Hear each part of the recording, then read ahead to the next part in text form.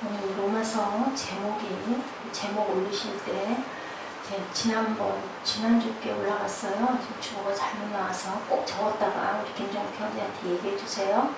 남을 판단하는 사람의 죄 1번이에요. 남을 판단하는 사람의 죄.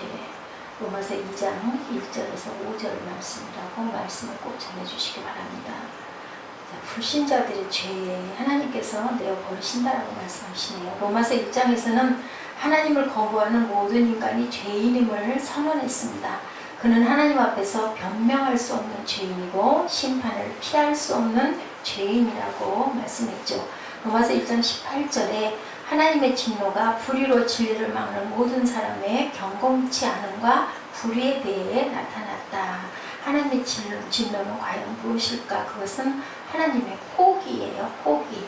우리 자녀들 아유 저 녀석 내가 포기해버려야지, 기대를 걸지 말아야지, 마음을 비워야 되겠어, 이런 것처럼 하나님께서도 우리가 너무 죄를 많이 짓고 회개하지 않으니까 그만 포기하겠다라고 말씀하시는 거예요. 하나님께서는 그들을 더 이상 간섭하지 않겠다. 마음의 정욕대로 네 하고 싶은 대로 해라. 어디 한번 해보고 싶은 대로 해봐. 내가 어디 한번 두고 볼 거야. 이런 말씀을 하고 계십니다. 그 결과 서로의 몸을 서로가 욕되게 했다라고 말씀하세요. 두 번째는 부끄러운 욕심대로 내어버려 두사 추악한 성적인 범죄를 짓게 되었다. 1장에서 말씀드리. 세 번째는 성실한 마음대로 내버려 그 결과가 21가지나 되는 악한 죄들을 짓게 하였다. 상실한 마음대로 내버려 두어서, 성실이 아니라 상실한 마음대로. 이러한 모든 죄들은 어디에? 사형에 해당하는 것들이죠. 당연하게. 정죄하고 비판하는 사람들도 또한 똑같은 심판받아야 할 죄인이다. 그러니까 우리가 누가 잘못하는 거 보면은 탁 마음에 오잖아요. 어휴 졌다 이래. 당연히 판단하고 심판하고 그게 맞거든요. 그런데도 하나님 말씀에는 비판하지 말라는 거죠. 그것은 누구의 몫이다? 하나님의 몫이다.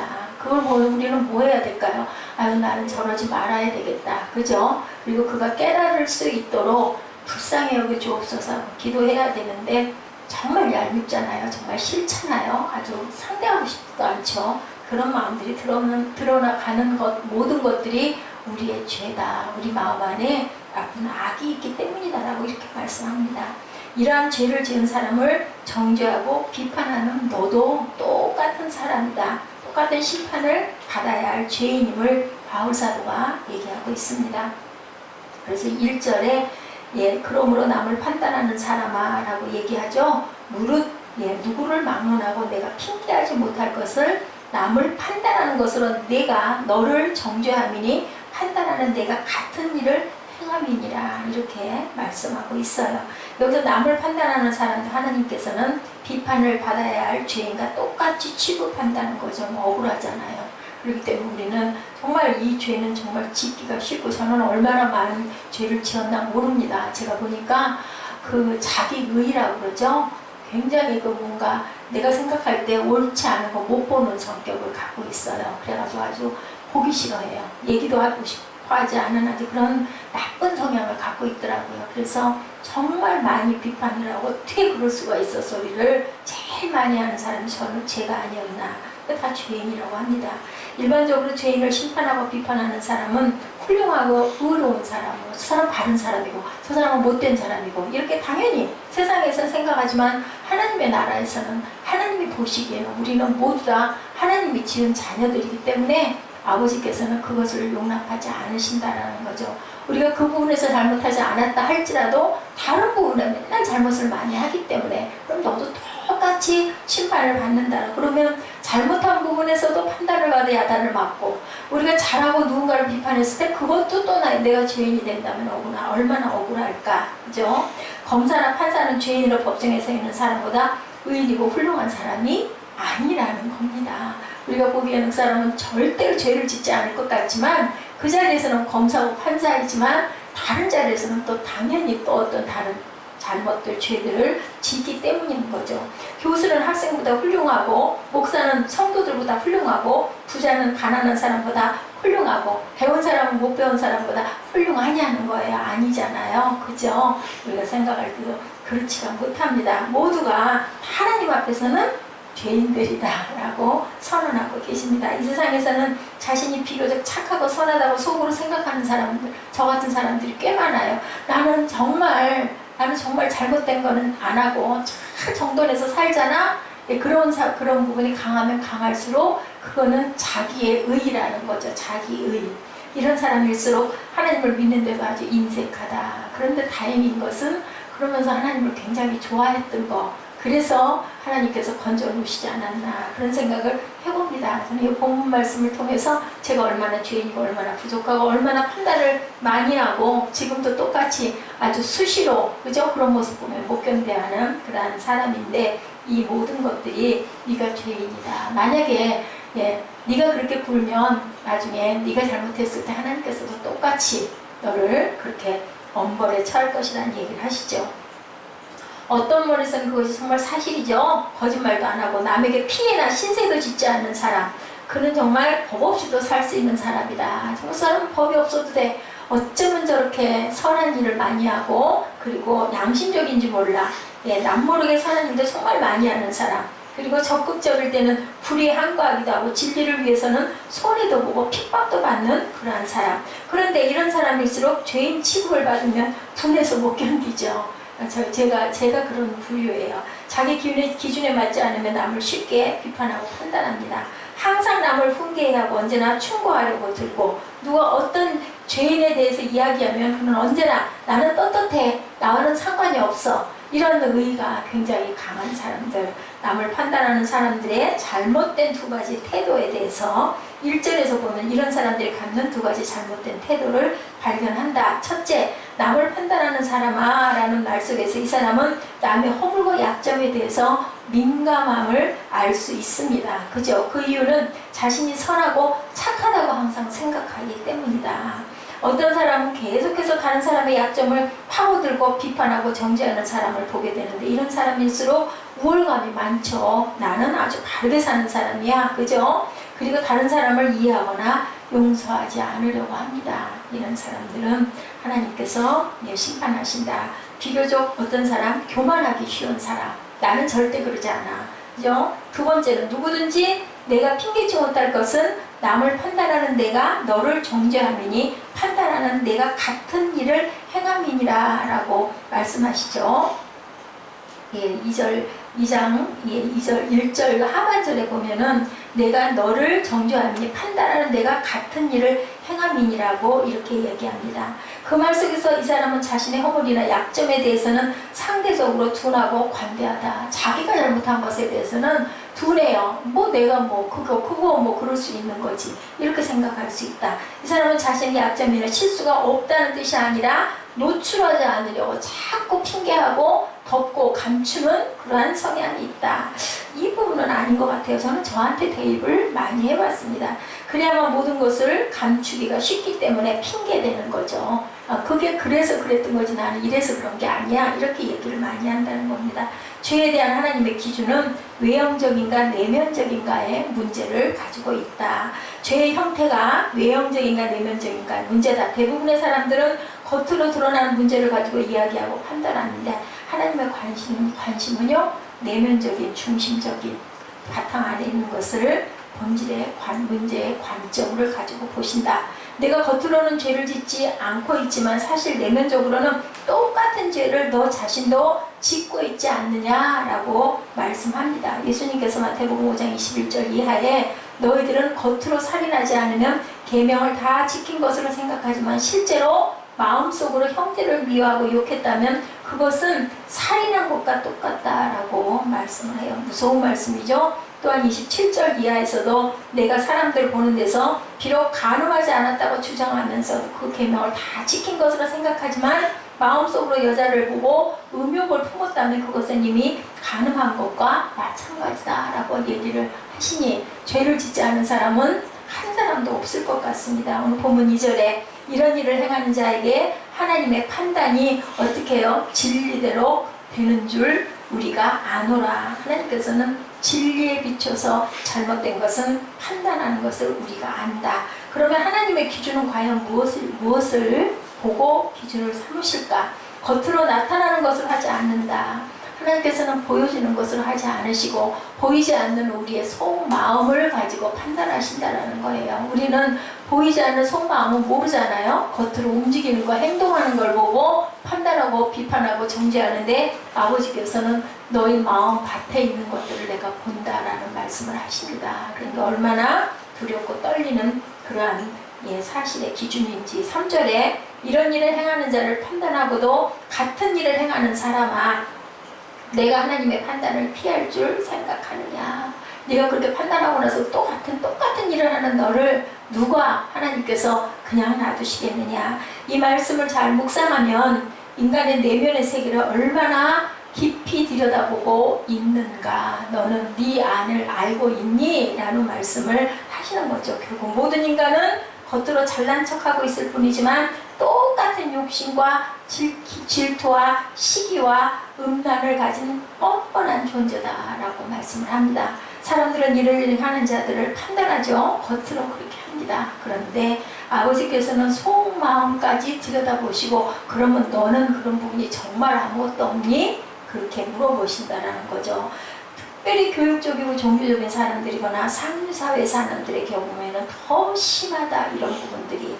그러나 실제로는 다 똑같다라는 거죠. 이런 사람일수록 오히려 더 위선적이다. 율법적이면서도 내면적인 숨어있는 죄는 더욱 강할 수도 있다. 그것을 싹 포장해서 감추고 아닌 척하는 부분이 너무너무 많다라는 겁니다. 그러나 이런 사람들의 문제는 속으로 내면적으로 짓는 죄는 아무도 보지 않기 때문에 하나님도 크게 심판하지 않을 것이라고 생각하면서 똑같은 죄를 즐기고 있다. 메롱이죠, 메롱. 나는 이렇지롱 하면서 싹 겉으로만 포장하는 경우 결국은 뭐냐, 속 달고 걷다는 사람은 큰 죄를 지고 있다라는 생각을 하게 됩니다. 하나님은 어떤 경우에도 결코 속지 않으시고 실수하지 않으시는 하나님이다. 4절에 뭐라고 말씀하고 계세요? 보죠. 혹 내가 하나님의 인자하심이 너를 인도하여 회개하게 하심을 알지 못하여 그의 인자하심과 용납하심과 길이 참으심이 풍성함을 멸시하느냐라고 말씀하고 있어요.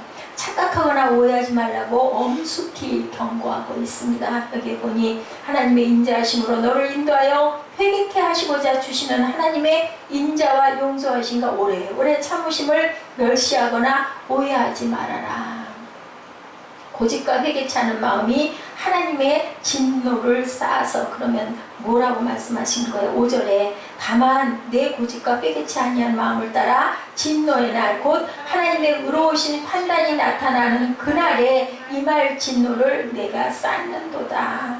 고집 부리고 회개하지 않으면 마지막 때 하나님께서 진노하실 것을 네가 조금씩 자꾸 쌓고 있다. 결국 너희 고집과 회개하진 그 마음이 하나님의 진노를 쌓고 있다라는 것. 언제까지? 멸망할 때까지 가는 것이 고집이에요. 그래서 고집을 부리면 부릴수록 우리는 어디로 가까이 간다? 멸망으로 가까이 간다. 잘못하면 우리 시쳇말로 얼른 꼬리 내리는 거예요. 빨리 사과하는 거예요. 빨리 인정하는 거예요. 그리고 돌이키는 것이 가장 중요하다.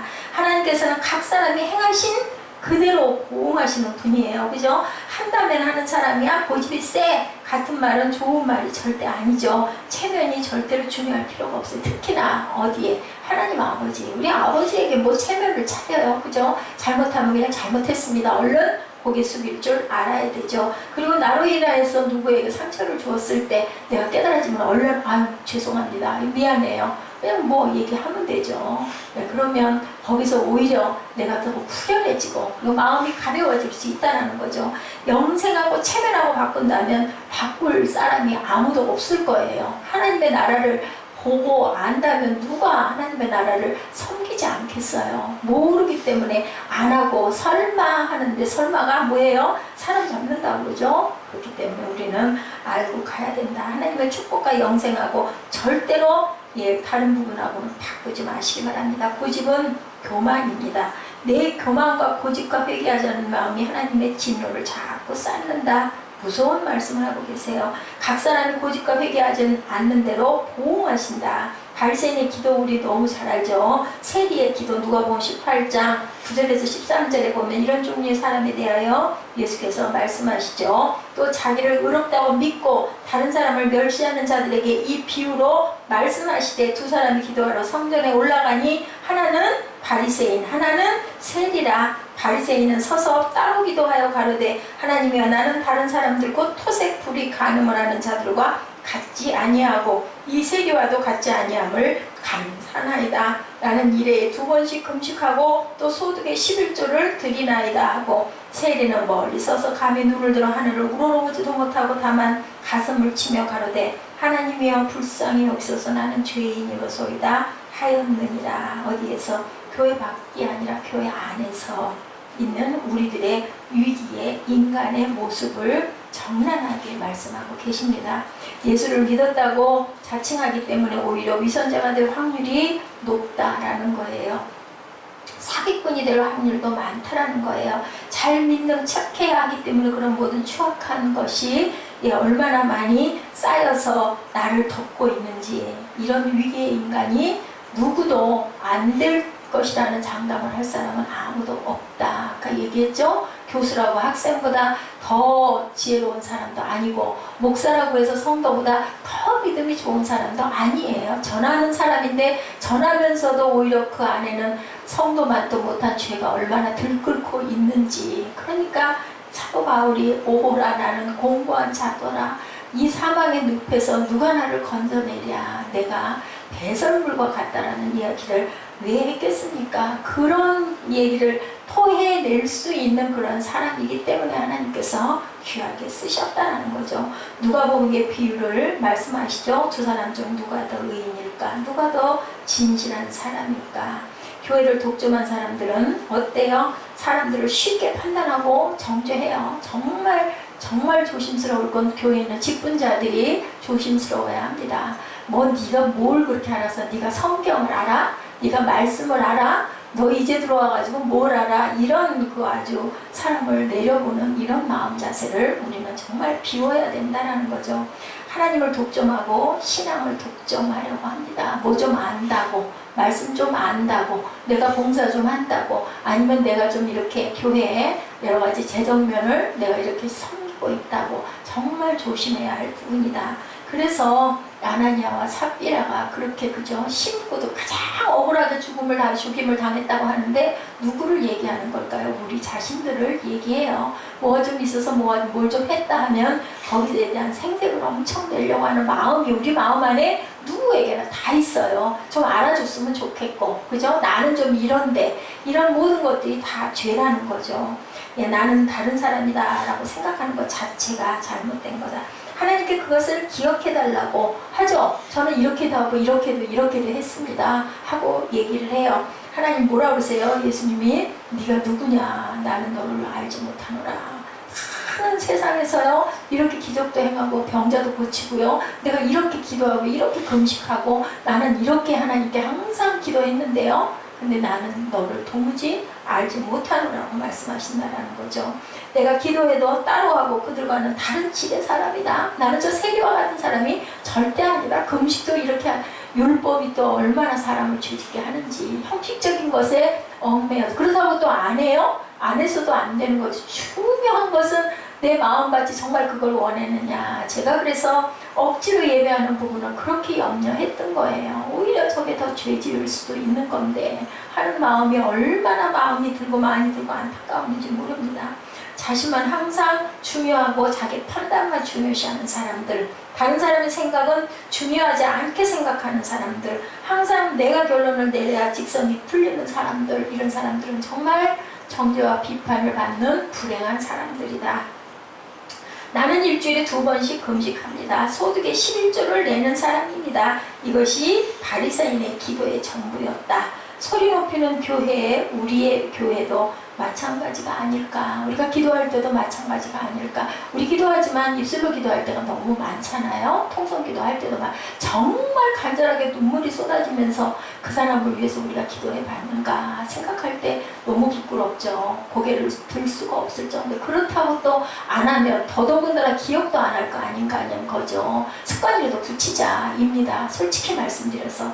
예, 그런데 어느 날 갑자기 우리 마음에 막 확신처럼 와서 닿을 때 성령의 인도세요. 그러면 그건 응답인 거죠. 분명히 내 마음이 뜨거워지고 정말 그 사람이 너무너무 불쌍하고 아니면 지금은 변한 게 아무것도 없는데 어떤 확신이 딱 와서 들어찰 때 그러면 열심히 그 기도를 열심히 해줘야 돼요. 성령이 우리를 뭐 하셔요? 끌고 가시는 거죠. 그런 간증들 하시는 분 많아요. 나는 딱 기도하려고 그랬는데 배낭만에 알지도 못하는 나라와 민족을 위해서 아니면 큰 교회 어떤 목사님을 위해서 막 기도가 나와가지고 쉬지를 못하고 기도에 사로잡혔다라는 그런 분들의 얘기들을 우리 많이 듣습니다. 정말 부럽기도 하죠. 그런 기도 할 줄 아는 할 수 있는 우리도 다 체험해 봤잖아요. 항상은 아니지만 가끔이지만 그게 하나님이 확실하게 계시다라는 거죠. 그저 선교하고 구제하면 된다. 그러면 위기의 교회가 된다라는 거예요. 그런 거 하고 인해 그 자랑하고 나도 모르게 자랑이 돼요. 얘기하다 보면 우리 교회가 이랬는데 우리 목사님이 이랬는데 우리는 이렇게 선교를 많이 하고 헌금의 3분의 2를 전부 선교사들 위해서 쓰고 이 모든 것들이 다 하나님 보시기에는 온전치 않다. 그러니 어떻게 해야 오르냐는 거예요. 어떻게 해야. 그래서 하나님께서 그러시죠. 오른손이 한 일을 왼손이 모르게 하라. 그런 마음을 가지라는 거죠.